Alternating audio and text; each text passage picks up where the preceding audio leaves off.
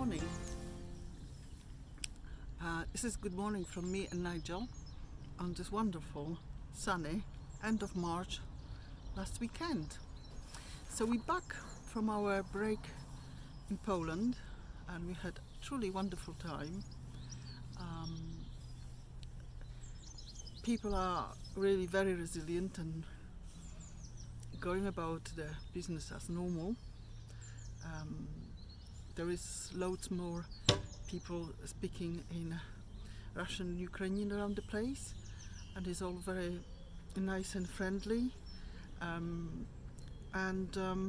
Yes, it was really quite heartwarming. So we are back to our normal weekly activities. I had plans to sow salsify and scorzonera this weekend because I bought seeds a couple of weeks ago, but I think we need to just do things to make sure that we are ready and plant everything that is definitely ready to be planted out. So sometimes, most of the time, life just take over and we have to do what we have to do.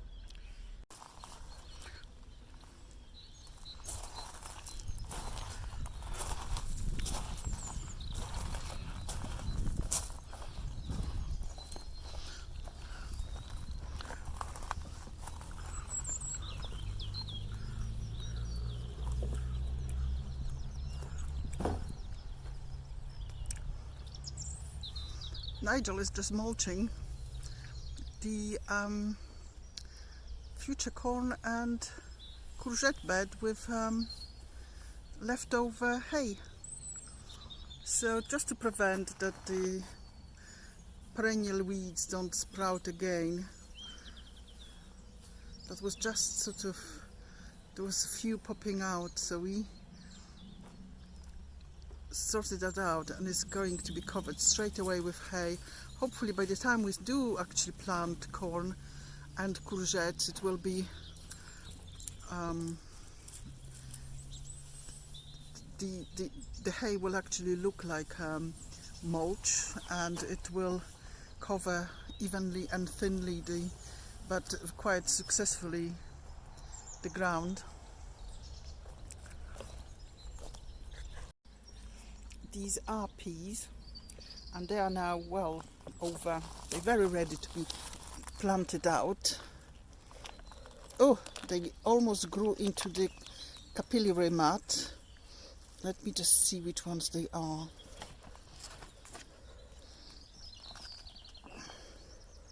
So so they have now grown into the capillary mat, so they're definitely ready. And look at those roots, because they're very clearly visible.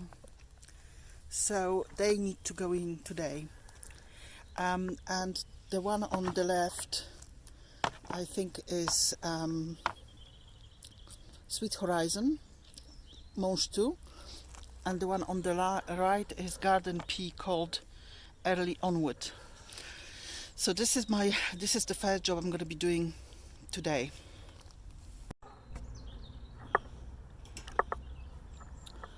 Well, the peas I'm planting has been pre-sown and they germinated really well. It's a Mange 2 type, as I said previously, variety called New Horizon. I'm just trying to, they have grown into each other so much, it's quite difficult to untangle the, if I knew they're going to grow so fast when we were away, I would have transplanted them to a root trainers or just have them in a root trainers.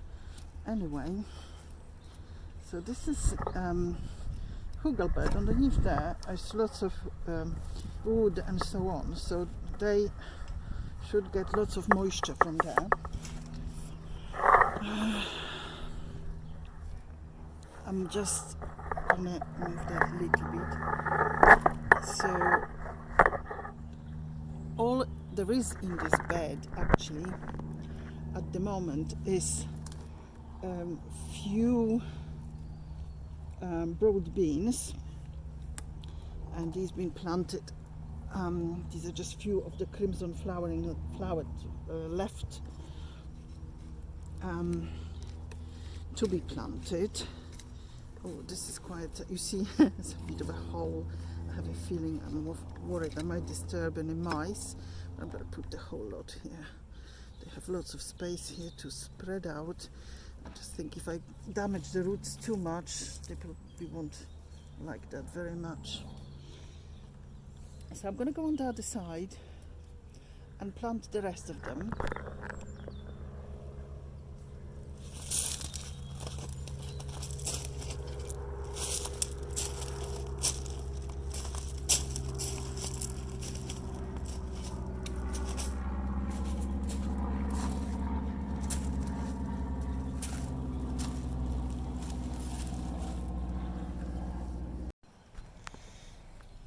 So, first bed of the pea this year planted out. A bit of an experiment, of course, because obviously the weather, we're still expecting, well, maybe not, we're still expecting frost really. So let's see if that will work. These peas are much more resilient than beans and so on. So we'll just see how they're doing. By the way, these are the beds of road beans, and I can see they started to divide, which is great. All of them looking good. There are different varieties, so they have slightly different look to them.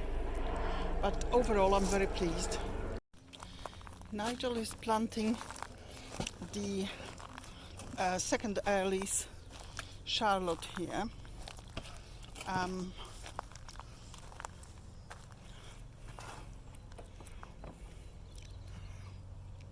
We're doing the same method as before, which is just planting them directly onto this very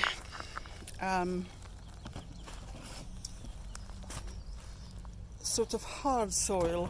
There's lots of, it's very sticky and heavy clay, and we're just placing the potato straight on it, putting some compost on top, and then covering them with hay. And you can be generous with hay because we have some left over. So these are the second earlies.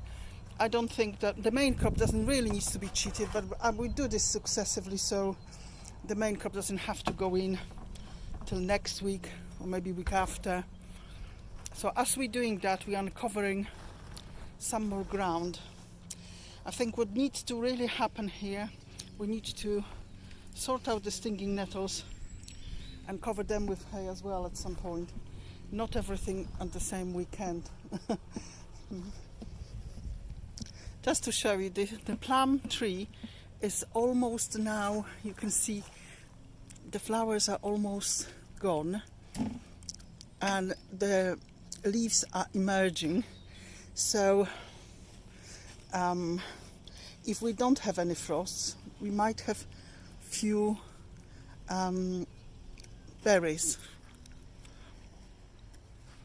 I think this one is particularly easy to cover from the birds, just a bit of something, and they all quite small root. And these are the pears. This particular one, let me just check,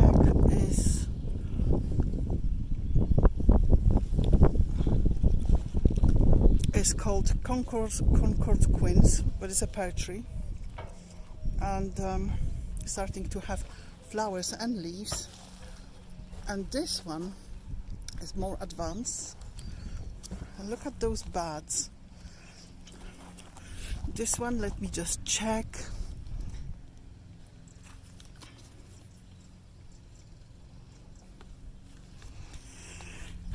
This one is commies, and actually the quince bit is the type of rootstock. So it's on the quince rootstock. It's a small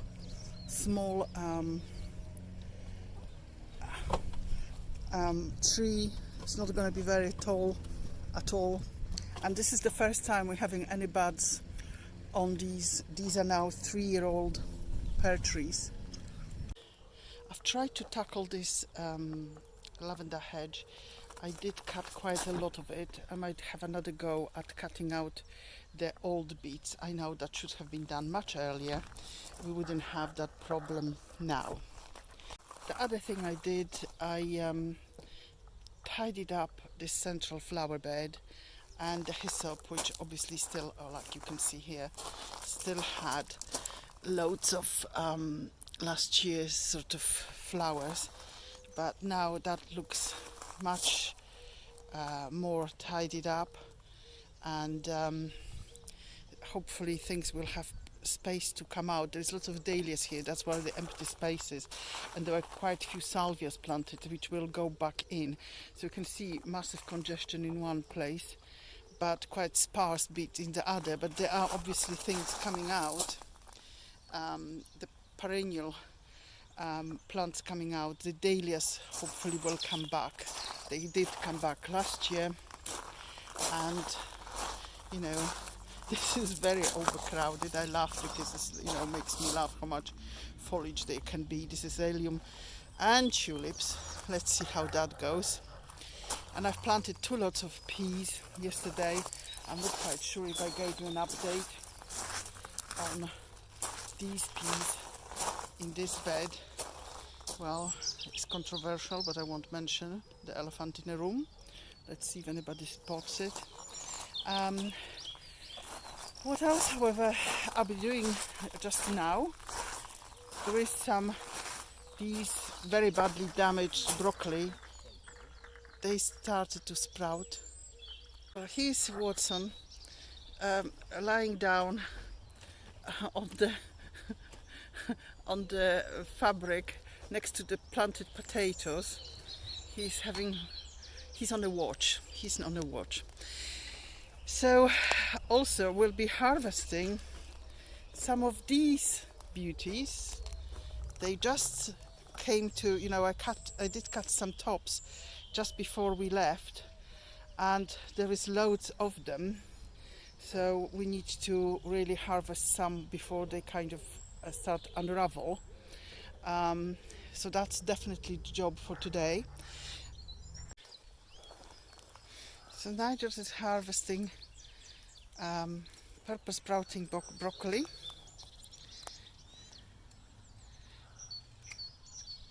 Hello, Watty. Are you helping him? Are you patrolling the allotment, checking for any enemy approaching? Good boy. So we're having quite a lot of purple sprouting broccoli. I can see occasional bit of metal shrapnel there as well. Oh, there is a big head there. Yeah, that needs to be removed because we need the side shoots. There's quite a lot on the other side, Han, as well. No, that's fine. Nothing else on this side.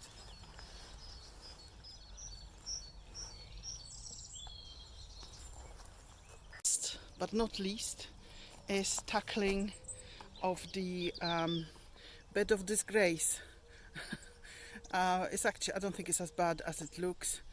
I shall be attacking this any minute. I have done some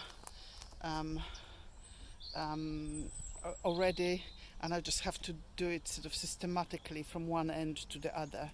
So let me get on with it. I don't think I'm going to film it because really, frankly, everybody knows what it looks like. But I might show you what it looks like and how much I managed to do it at the end. Nigel just finished putting that support, jute support for the peas in that bed. I've made a start on the bed of disgrace, but I have a feeling that we might have to cover it. There's quite a bit of bindweed coming, across, and I think that end will need to go under deep cover this year. This is being removed quite easily, so I made a start. Also cleared up this bit around the strawberries, just a little bit of tidying up. Well, it's goodbye from the allotment on Sunday morning. We started early, finished early, and we've had a good time, but not as good as when we were on holiday last week. So it's goodbye from me.